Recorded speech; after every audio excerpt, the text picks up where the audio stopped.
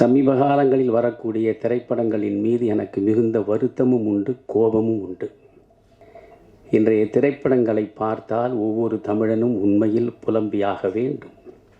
பணத்தை மட்டுமே குறிக்கோளாக வைத்து மிக மலினமான படங்களை இன்றைக்கு திரையுலகம் தந்து கொண்டிருக்கிறது என்பதுதான் வருத்தத்திற்குரிய ஒரு விஷயம்.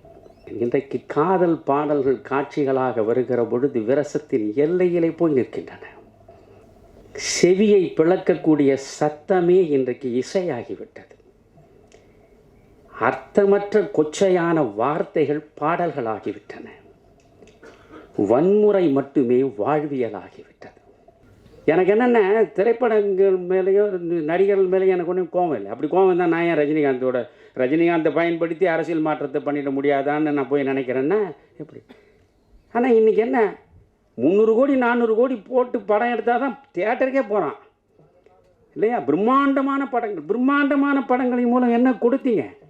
நான் ரஜினியிடமே சொல்லிட்டு வந்தேன், சார் நீங்கள் எத்தனை படம் வேணால் நடிங்க, ஆனால் ஒரு முள்ளும் மலரும் மாதிரி மீண்டும் நடிக்க பாருங்கள்.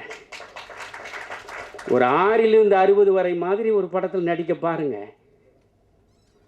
எங்கேயோ கேட்ட குரல்னு ஒரு படம் நடிச்சிங்களே, அதில் கடைசியில் இந்த அம்பிகாவை வந்து பார்ப்பீங்களே, என் கண்ணு முன்னாலே இருக்குது. அது மாதிரி படங்க பண்ணுங்க. இதெல்லாம் என்ன காலத்தால் நிற்காது சார்னு சொல்லிட்டு தான் நான் வந்தேன். ஒன்றுமே இல்லை, பாலச்சந்தர் எடுத்த ரஜினியும் கமல்ஹாசன் நடித்த அவர்கள் படம் பாருங்கள். இதெல்லாம் என்ன எத்தனை ஆயிரம் கோடி பட்ஜெட்டில் எடுத்த படங்க. ரொம்ப சாதாரண பட்ஜெட்டில் சிறப்பாக எடுத்த படங்கள்லாம் சிறப்பாக நடந்திருக்கு. இந்த விஜயன் நடித்த படங்கள்லேயே இந்த பூவே உனக்காக, காதலுக்கு மரியாதை, இந்த படங்களை பார்த்து அதுக்கு பிறகு தானே அவர் பெரிய ஸ்டார் ஆனார். ஆனால் அந்த படம் தான் நிற்கும். இதெல்லாம் எப்படி நிற்கும்? சம்மட்டி எடுத்து மண்டையே அடித்து போலக்கிற மாதிரி. இதில் கூட அந்த காட்சியை காட்டினார். வீரபாகுக்கு ஏன் இது மாதிரி ஆனார்? நான் ஏற்கனவே ஒரு படத்தை ரொம்ப வற்புறுத்தி காட்டினானுங்க, அதில் ஒரே அடி சம்மட்டியில் மண்டையை போல. இப்படிலாம் பண்ணக்கூடாதுயா, இப்படிலாம் பண்ணக்கூடாது.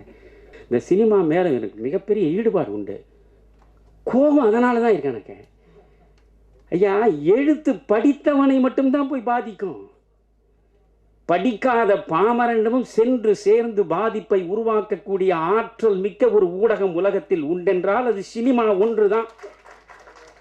எழுத்தறிவே இல்லாத பாமரன் அவனை போய் பாதிக்கும். அதை முறையாக பயன்படுத்தி முதலமைச்சர் நாற்காலியில் வந்து சேர்ந்த மனிதன் எம்ஜிஆர். யோசிங்க, ஒரு பாட்டு தமிழ்நாடு புழ கொண்டு போச்சு. அச்சம் என்பது மடமையடா, அஞ்சாமை திராவிடர் உடமையடா, 6லும் சாவு 100லும் சாவு.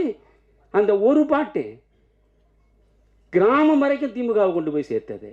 இன்னைக்கு என்ன பாட்டா வருது? முக்கலும் முனகலும், நீ லவ்வரியா நான் லவ்வரனான்னு ஒரு பாட்டு போடுறான்.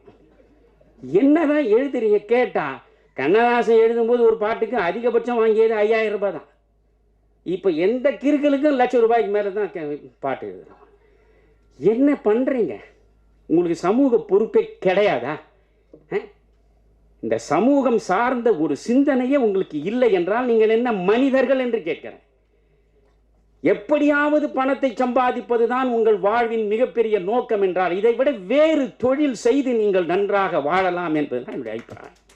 இந்த நடிகர்கள் எல்லாம் 100 கோடி 150 கோடின்னு வாங்குறாங்களே, வாங்கட்டும், அதனால் ஒன்றும் பிரச்சனை இல்லை. ஒரு படத்துக்கு 100 கோடி வாங்குற போதே 10 கோடி ரூபாய் ஏழைகளுக்கு, அவர்கள் கல்விக்காக, அவர்கள் மருத்துவத்துக்காக, இப்படி ஏதாவது ஒரு சமூக பயன் பெறுவதற்கு ஒரு படத்தில் நீ 100 கோடி வாங்க. 100 கோடியில் 90 கோடியை வைத்துக்கொள்.